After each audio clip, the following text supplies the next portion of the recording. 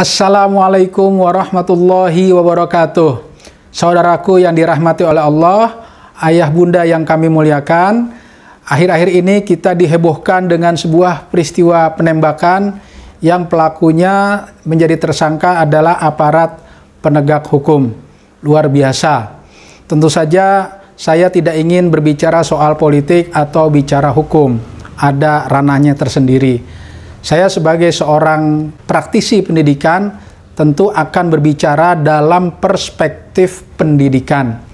Tapi fakta-fakta yang sudah jelas adalah bahwa memang ada terjadi penembakan, ada terjadi korban meninggal dunia, ada aparat yang terlibat, ada yang terlibat itu mempunyai pangkat dan kedudukan yang cukup tinggi. Nah, sampai di sini saja kita coba menganalisa di dalam perspektif pendidikan. Ayah bunda yang dirahmati oleh Allah, saudaraku sebangsa setanah air, yang pertama dari perspektif pendidikan tentu saja saya mengajak diri saya dan kita semua, yuk kita jadikan ini sebuah momentum bahwa keadaan kita hari ini bukan keadaan biasa-biasa saja. Itu hanya salah satu saja peristiwa yang kalau kita lihat ke belakang sebelum-sebelumnya tidak kalah dahsyatnya. Tanpa harus saya menyebut satu persatu, cukuplah sudah bahwa keadaan kita bukanlah keadaan biasa. Kita tidak sedang dalam keadaan biasa saja. Kenapa ini harus saya ingatkan? Supaya kita move on. Supaya kita tidak stagnan, supaya ada langkah-langkah yang konkret menuju perbaikan. Karena ketika kita yakin dan sepakat bahwa keadaan ini memang bukan keadaan biasa, tentu saja kita sepakat pula memerlukan tindakan-tindakan yang juga tidak biasa. Harus diselesaikan dengan cara-cara yang luar biasa. Nggak bisa diselesaikan dengan cara biasa. Itulah yang saya ingin ingatkan pada kita semua. Bahwa terjadinya penghilangan nyawa oleh seorang aparat penegak hukum, begitu ya, yang harusnya taat hukum malah melanggar hukum. Itulah yang saya katakan, ini adalah peristiwa yang luar biasa.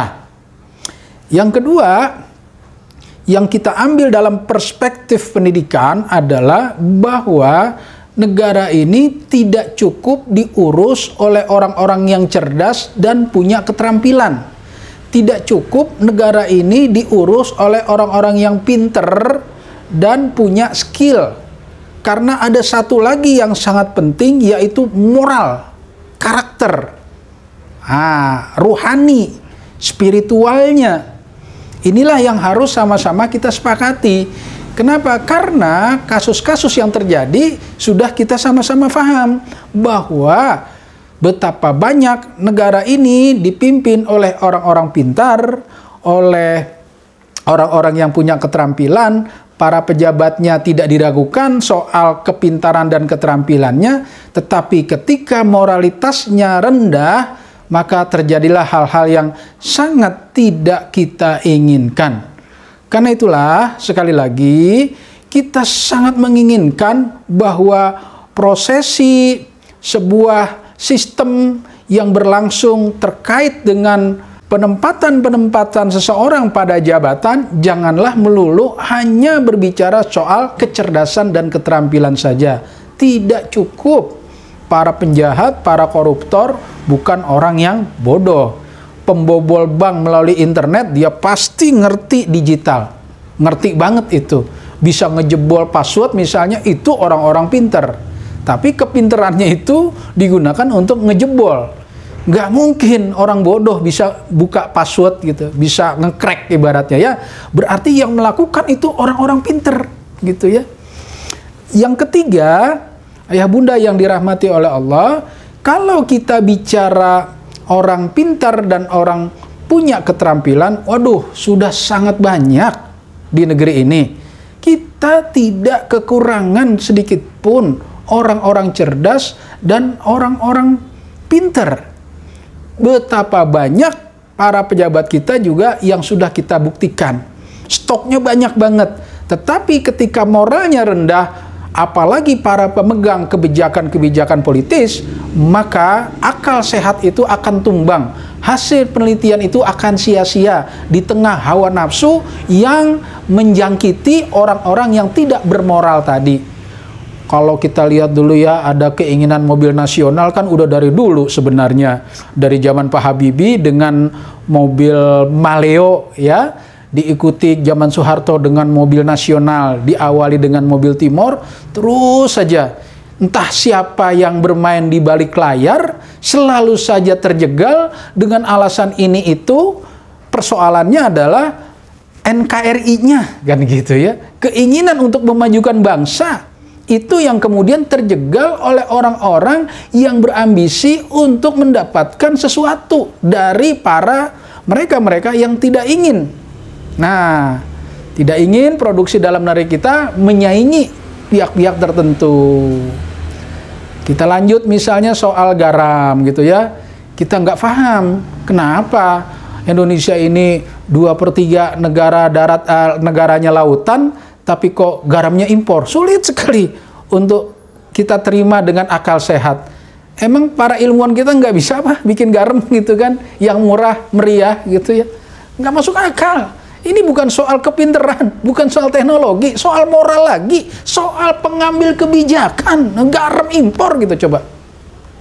Satu lagi misalnya, yang paling memalukan ketika data tentang hasil pertanian, ada data Bulog, ada data Departemen Pertanian, ada data Departemen Perdagangan, tuh bisa beda-beda gitu.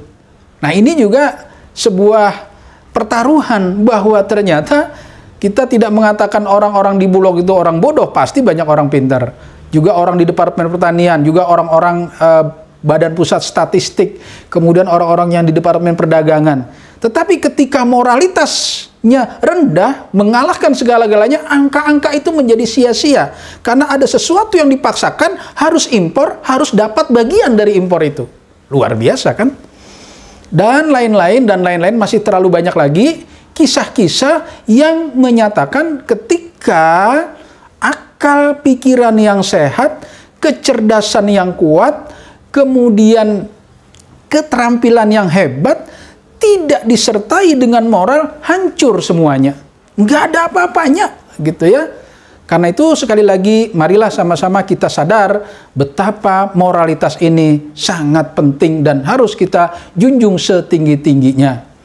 Kemudian yang ketiga, kita tahu kasus apapun seringkali ya kita lihat, dan yang terakhir soal tembakan ini ya, soal penembakan juga sama-sama adalah kasus moral. Bukan kasus soal kecerdasannya atau keterampilannya dan sebagainya. Nggak mungkin. Kita lihat misalnya anak sekolah yang sejak dari TK sudah sekolah 3 tahun mungkin ya, dari pra-TK, kemudian SD 6 tahun, SMP, kemudian lulus, nggak bisa menggunakan spidol dengan cara yang benar. Tidak bisa menggunakan chat dengan cara yang benar. Sekolah udah belasan tahun. Bukan karena dia nggak bisa menulis yang benar, bukan tidak punya keterampilan dan ilmu, tetapi lagi-lagi moralitasnya tidak terbangun, mentalitasnya sangat rendah, sehingga sekolah belasan tahun menggunakan spidol dengan baik saja nggak bisa. Ada sampai sarjana buang sampah saja tidak bisa pada tempatnya. Luar biasa. Jadi sekali lagi ketika kita melihat berbagai macam kasus-kasus yang terjadi di Indonesia ini, tragedi demi tragedi, kita lihat bukanlah soal tragedi kurangnya keterampilan seseorang, bukanlah kurangnya kecerdasan, tetapi sekali lagi tragedi yang terjadi adalah soal moralitas yang sangat rendah. Kemudian yang terakhir, ayah bunda yang dirahmati oleh Allah Subhanahu wa taala, aspek penting yang tidak kalah pentingnya adalah kita harus berani mengevaluasi sistem pendidikan. Karena kita akan bicara jangka panjang, seperti apa nasib anak bangsa masa depannya nanti, tergantung pada anak didik sekarang. Kalau sekolah yang hanya melahirkan orang-orang pintar dan orang-orang berketerampilan saja, tidak menjamin negara ini nantinya akan lebih baik. Karena itulah, mari sama-sama kita bertanggung jawab. Jangan sampai kisah-kisah waktu itu zaman UN, ada kebocoran, ada kong-kali-kongan, ada guru mengerjakan soal dan sebagainya. Itu adalah sekolah pabrik koruptor. Itu adalah sekolah pabriknya para penjahat yang akan melahirkan penjahat-penjahat baru di masa akan depan. Semoga teman-teman, para pendidik, para aktivis pendidikan, para praktisi-praktisi pendidikan sadar betul bahwa nasib bangsa yang akan datang ditentukan oleh seberapa kita pendidikan hari ini. Kita pertaruhkan pendidikan hari ini untuk membangun bangsa yang akan datang. Semoga tragedi ini menjadi pembelajaran buat kita semua. Assalamualaikum warahmatullahi wabarakatuh.